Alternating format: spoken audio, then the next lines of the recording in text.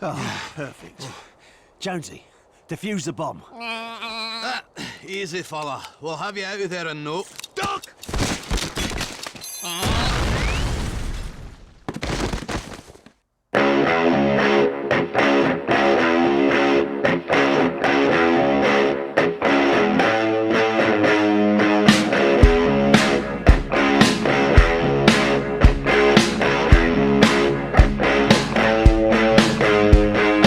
Armed and Dangerous is one of those games that I feel a deep need to rep as much as possible. A hidden gem that more people must know about, because it's great. It might actually be in my top 10 video games of all time. Definitely my top 20. In this video, I'm going to try to give you enough information to understand and want to play the game, but I'm going to do my best not to spoil it, even though honestly, the great gameplay is the most important reason to play Armed and Dangerous. For some context, Armed and Dangerous was developed by defunct game developer Planet Moon Studios and published by LucasArts. Do you remember LucasArts? Their games always had a charm to them. While not developed by LucasArts, Armed and Dangerous captures the same charm. A charm that I'll absolutely show you later, because this game has great comedy. But while the comedy is great, I really do gotta start with the characters. This crew has some great characters. I want to start with Roman, who the manual describes as clever, courageous, and a little bit cocky. Roman tends to play more of the straight man in cutscenes. He tries to cut through the nonsense and get straight to the point. Next up in the crew you have Jonesy, the short moorman who can be irritable. Jonesy is the explosives expert who truly does love a good old-fashioned explosion. After Jonesy, there's Q. He's a sophisticated tea-making robot who, as the manual points out, is more refined than the other members of the crew and tends to have his own level of humor. Finally, you have Rexus, who isn't really a member of the group but finds himself in it nonetheless, as you will see in the beginning of the game. Oh boy,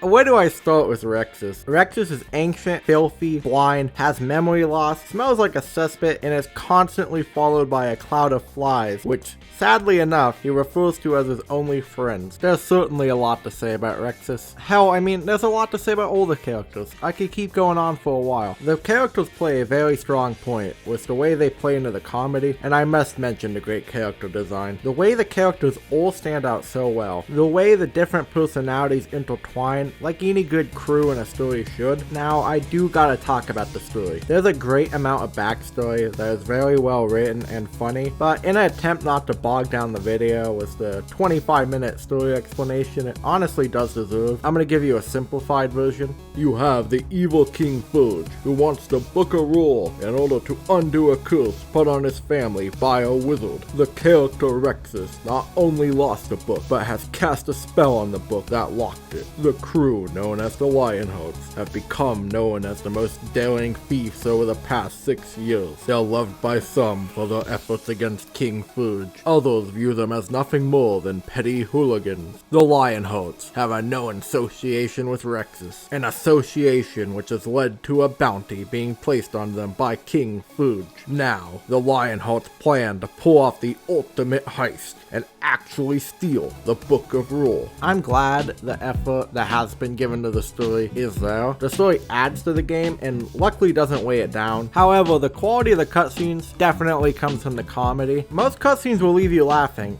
There's no point in me explaining it. Hell, I'm gonna show you. He's freezing. We gotta warm him up or he'll die. No problem. Here's a little trick I learned back in Kalios during the Lyme-Dixon Wars. Oh, good idea, mate. What? I've seen this done before. He'll split open the dead beast's stomach and stick Rexus amongst the warm entrails. Should keep him warm for at least a day. Right, I'll be off here vomiting. No, that's not necessary. Just stick it in there.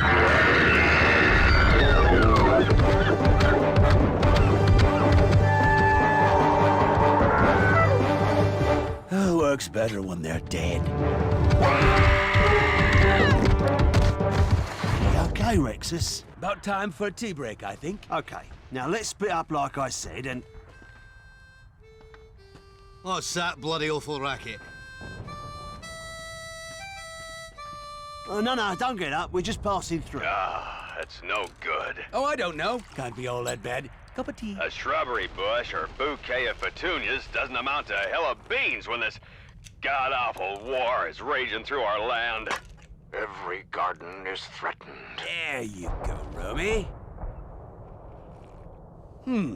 Yes, and the people are in some serious danger too. That's why we're going after the... Good point. Now, you're right there. What good are gardens without people to tend to them? At least in death, they can act as damn good fertilizer. the damn good fella. Heads up, man. We got trouble.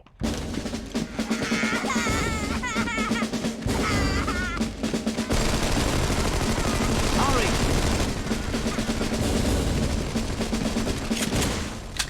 Keep away from that flower, civilian! Got it! What the... Oh, bloody! Cover me!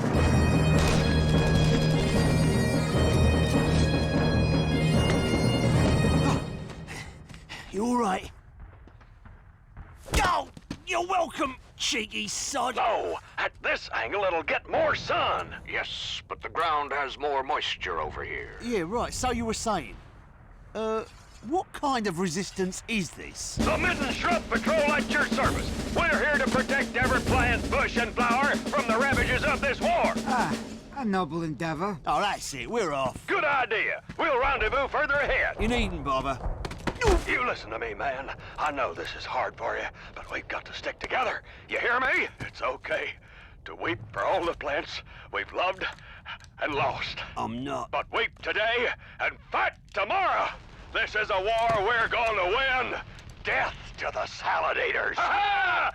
Death to the salad eaters! Right, point taken. See you later then. Godspeed, comrade. Quick, let's go. Well, I was thinking we might have one last couple... Death to the salad eaters! Oh, let it lie. Death to the salad eaters! Okay, now I gotta get to the great big elephant in the room, the gameplay. Which is incredible. Armed and Dangerous does something that other great games like Halo Combat Evolved does, where the gameplay is simple enough to pick up and have fun, but still offer variety and complexity that allows for strategy and moment-to-moment gameplay difference. Much like Halo, Armed and Dangerous is a game that I can come back to any time and pick up and play. Armed and Dangerous definitely leans more on an arcadey side, rather than being a game that goes for a more realistic feel. I mean, obviously it can't be realistic though when it has a weapon like the fucking land shark gun. Have you seen that shitty movie about sharks that live in the sand? Well, imagine if you could send those sharks after your enemies. I mean, look at the gameplay right now. There are sharks traveling through the ground, eating enemies, which is fucking awesome. And not to mention, pretty fucking hilarious. There's a lot of other great and funny weapons as well, like the topsy-turvy bomb that literally turns the screen upside down. I guess it turns the fucking planet upside down. I mean, that's how ridiculous these weapons can get, but they're great, they're funny. And I definitely want to talk about your main weapons, the ones that you'll be relying on, the ones that will help you as you fight against the evil forces of the King Food, as you trumble on through this fucking battle. Besides the weapon you rely on the most, the trusty old machine gun, you will be relying and loving the sticky bombs. Part of the love for the sticky bombs, besides them being fun to use, is the game's great destruction physics, as I'm sure you've seen in the gameplay footage already. Buildings come crumbling down. Bullets and bombs aren't everything that makes the gameplay great. One great thing about Armed and Dangerous is the way it always finds a way to mix up the gameplay. Whether it's operating a pretty cool jetpack, or when the game has you operate a turret to stop waves of enemies from getting past, it all feeds into what I'm trying to convey here, and that is that Armed and Dangerous is fucking awesome, but it's not all rainbow and sunshine. Yes, Armed and Dangerous is awesome, but sadly, it's another victim, another game lost to the winds of time. Well, I say no more. I can't let this game be lost to time. I can't let it be a hidden gem anymore. I'm on a mission to make people aware of this game. It's a mission I've been on for a while now. I'm going door to door asking people if they played this game. I always enjoyed this game as a kid, but it's only in recent years that I've realized how great Armed and Dangerous is, and that it definitely deserves a spot in my top 20, and maybe even my top 10 when I finally get around to making my top 10 games of all time video, which will be legendary. There is good news for Armed and Dangerous though. I always thought, like so many of the Xbox original games I played as a kid, that this game would always be a hidden gem. Always something that you look it up, some people have talked about it online, but you'll never see it mentioned in the wild. But there is hope that this game will get the popularity and respect that it 100% deserves. The first glimpse of hope came from an Actman video. The Actman himself mentioned this game. The Actman himself is aware of this game. Not only is he aware of this game, but he mentioned that he wants to make a video about it one day. That video will bring views and attention to this game. However, another glimpse of hope. More recent development. This game, I don't know how,